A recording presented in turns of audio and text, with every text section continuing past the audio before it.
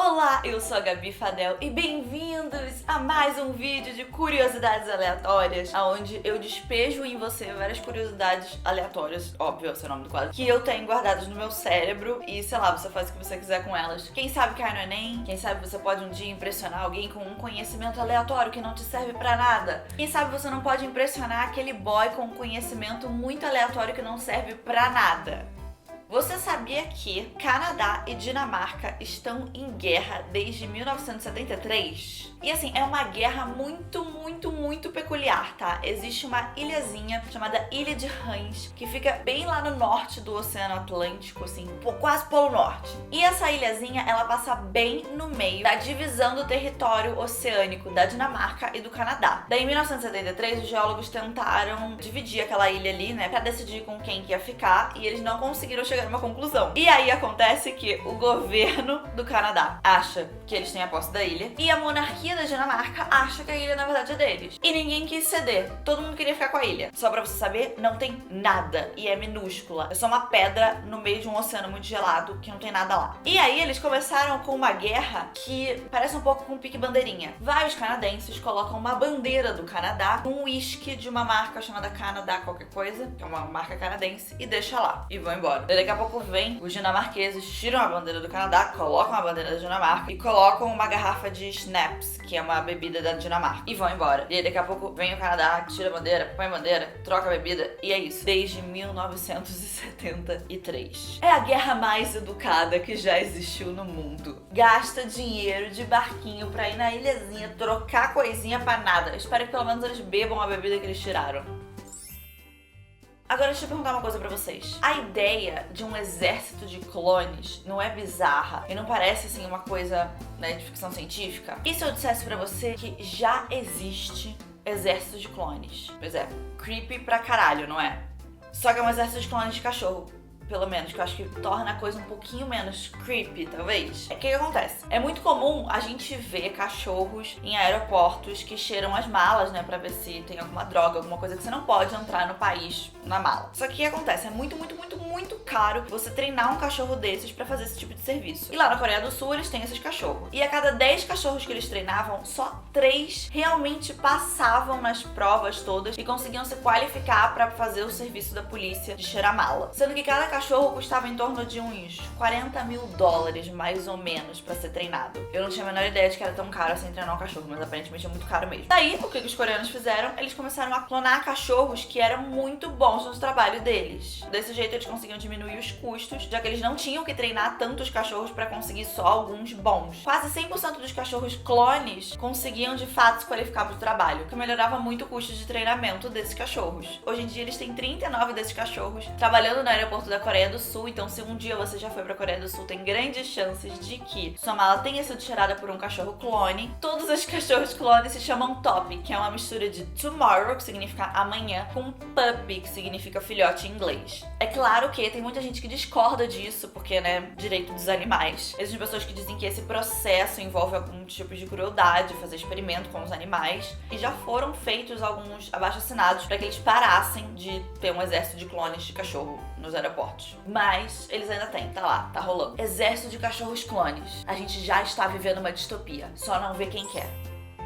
Agora, tá bom, agora essa última curiosidade, ela tem, assim, um lugar especial no meu cérebro, tá? Então, povos antigos, humanos, antigamente, não viam a cor azul. Vou deixar você absorver essa informação. Então, o que acontece, tá? Lá em 1800 e Guaraná de rolha, um cara chamado William Gladstone, ele leu a Odisseia, sabe? Aquele livro bem antigo da Grécia. Grécia antiga, né? Não Grécia agora, Grécia atual, Grécia antiga. O que acontece? Ele leu o livro e ele percebeu que em determinado momento o autor chamado Homer, ele descrevia o mar como escuro como vinho.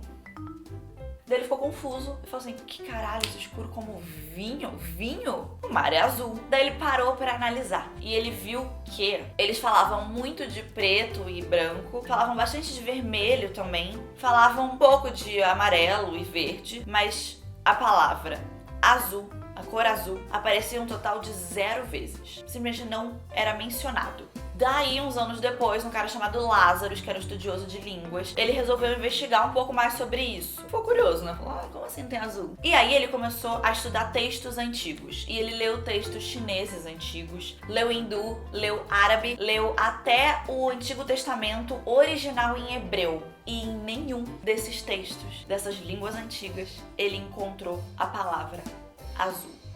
Então, o que acontece? Os estudiosos, eles perceberam que existia uma ordem natural que sempre se repetia na aparição das cores nas linguagens. E essa ordem é assim, sempre começa tendo preto e branco, porque são as cores mais marcantes, que a gente consegue enxergar o contraste. O branco que significa dia e o preto que significa noite. São coisas muito marcantes pra gente no nosso dia a dia. Então, essas cores, elas sempre apareciam primeiro. E logo depois, a próxima cor a aparecer era sempre o vermelho. Porque, obviamente, sangue é vermelho e a gente se machuca com uma certa frequência, principalmente acho que antigamente. As mulheres sangram todo mês, você vê o vermelho. Existem várias frutas, principalmente venenosas, que é importante de saber, são vermelhas. A gente tem tonalidades de vermelho, tipo na boca, a gente fica avermelhado na bochecha, esse tipo de coisa. Além do pigmento vermelho, são dos pigmentos mais fáceis de se conseguir. Em quase todas as culturas, se desenhava sempre primeiro em vermelho. Então, é uma cor muito presente. E aí, as outras cores, elas apareciam descritas como, muitas vezes, branco, tipo amarelo, ou preto, como o azul, o roxo e o verde. E aí, mais pra frente, conforme a linguagem ia desenvolvendo, eles pegavam e separavam o verde e o amarelo, e eles tinham nomes próprios, mas o azul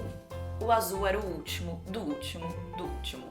O azul, ele continuava sendo descrito pelas pessoas como preto ou verde. Coisa que a gente enxerga como azuis tinham outros nomes. O mar, que podia ser escuro como vinho. Rios, que normalmente eram desenhados como verde. E até o céu, muitas vezes, era descrito como branco. A primeira vez que se teve, de fato, uma cor para a palavra azul foi no Egito. Porque os egípcios foram os primeiros a conseguirem, de fato, ter um pigmento azul. Eles conseguiram fabricar, ter um pigmento sintético ainda, que era azul. Logo, eles deram um nome pra esse pigmento. Porque se você for analisar, o vermelho é uma cor muito comum, o verde também é uma cor bem comum na natureza, o amarelo também aparece em vários lugares. Agora, o azul, tudo bem, tem o céu, ok, mas a gente não interage muito diretamente com o céu. Não é uma coisa que tá diretamente na nossa mão, que a gente encosta, que a gente faz coisas com o céu. Não tem tanta coisa do nosso dia a dia na natureza que seja azul. Não tem fruta azul. Sim, tem mirtilo, blueberry, né? Mas não é bem azul, né, a fruta. Fora que não é uma fruta também que você encontra em todos os lugares. A gente até tem, por exemplo, borboletas azuis, esse tipo de coisa. Mas borboletas azuis nem tem pigmento azul de verdade. Na verdade, aquilo é uma ilusão de ótica que você vê azul. Mas não tem, de fato, um pigmento azul que você pode pegar. E animais azuis são super raros, frutas azuis são raras. Até flores verdadeiramente azuis, geralmente elas são meio roxas, assim, não são azuis, realmente azuis. O azul foi aparecendo nas linguagens conforme a gente foi conseguindo produzir pigmentos azuis. Mas e aí? Isso significa que, de fato, eles não estavam vendo o azul do céu? Sim e não. E agora que fica doido o negócio. Porque assim, por exemplo, uns estudiosos foram pra Namíbia e eles estavam numa tribo chamada Nimba. E nessa tribo, eles não têm uma palavra pro azul. O azul é descrito como um tom de verde. Daí eles fizeram um experimento com eles. Eles mostraram um círculo com vários verdes e um quadradinho azul, claramente azul. Eles tinham muita dificuldade em apontar qual era o quadrado que tinha uma cor diferente. Uma coisa que pra gente é muito clara. Mas pra eles era super difícil de reconhecer. Por quê? O povo da Nimba não tem um nome específico pro azul. Mas verde é uma coisa que tem bastante na ilha. E tem bastante verde na ilha, eles têm vários nomes diferentes pra verde. E daí eles resolveram então mostrar pra eles vários quadradinhos, onde um quadradinho é um tom de verde um pouquinho diferente. E eles foram super rápidos em conseguir identificar qual era o verde diferente. Assim, super rápido. E eles mostraram os mesmos quadrados para pessoas que falavam inglês. E as pessoas demoravam muito mais tempo para conseguir, de fato, identificar qual era o quadrado que tinha um tom diferente. Porque a gente ter palavra para as coisas faz com que a gente consiga, de fato, identificar aquela coisa ou não. Os esquimós têm vários nomes para branco diferentes, que eles enxergam vários brancos diferentes, porque eles vivem na neve, enquanto pra gente é tudo branco. Não só isso, mas, por exemplo, os russos, eles não têm um nome nome pra azul no geral. Eles têm um nome pra azul claro e um nome pra azul escuro. Então eles conseguem identificar qual é o azul claro e qual é o azul escuro com muito mais precisão e rapidez do que uma pessoa que simplesmente tem o mesmo nome pra azul, todos os tons de azul. Pra explicar melhor, você pode olhar vários tons de vermelho diferentes e todos esses tons eles vão ser vermelhos, né? Sim, é tudo vermelho. Você consegue até ver que eles são diferentes, dependendo do quão diferente eles forem, mas ainda assim é tudo vermelho, você identifica com vermelho e vermelho é... foda-se. Mas... o rosa é um tom de vermelho. Só que pra gente, eles têm uma distinção muito maior, porque a gente tá acostumada a dar um outro nome pra essa cor. É tipo quando você aprende uma palavra nova e de repente você começa a ver essa palavra nova em vários lugares. Não é que de repente o universo colocou essa palavra nova em vários lugares. É que ela já existia, só que antes você não prestava atenção nela. Tipo quando você aprende uma língua também. No início, você consegue ouvir os sons, mas é muito difícil pra você conseguir distinguir o que é o que, onde começa uma palavra, onde termina outra. Mas conforme você vai sendo exposto àquilo, você vai aprendendo, você começa a de fato conseguir distinguir o que está sendo dito. Você está se treinando a ouvir e a entender. Com os nossos olhos é exatamente a mesma coisa. Se você não tá procurando por aquilo, é muito mais difícil de você de fato enxergar aquilo. E é por isso que, cientificamente, de fato, as nossas palavras elas têm poder. Não porque você vai atrair coisas, etc. Mas porque você se ouve falando aquilo e você vai acreditar naquilo que você tá ouvindo, porque você tá falando e você tá se induzindo a acreditar naquilo. Que nem a gente se induziu a ver o azul, que antes a gente achava que era, sei lá, branco, preto. Se você gostou desse vídeo, não se esquece de curtir, se inscreve no canal caso você não seja inscrito ainda e vire um lindo e mágico unicórnio curioso. E eu vejo vocês no próximo vídeo. Tchau!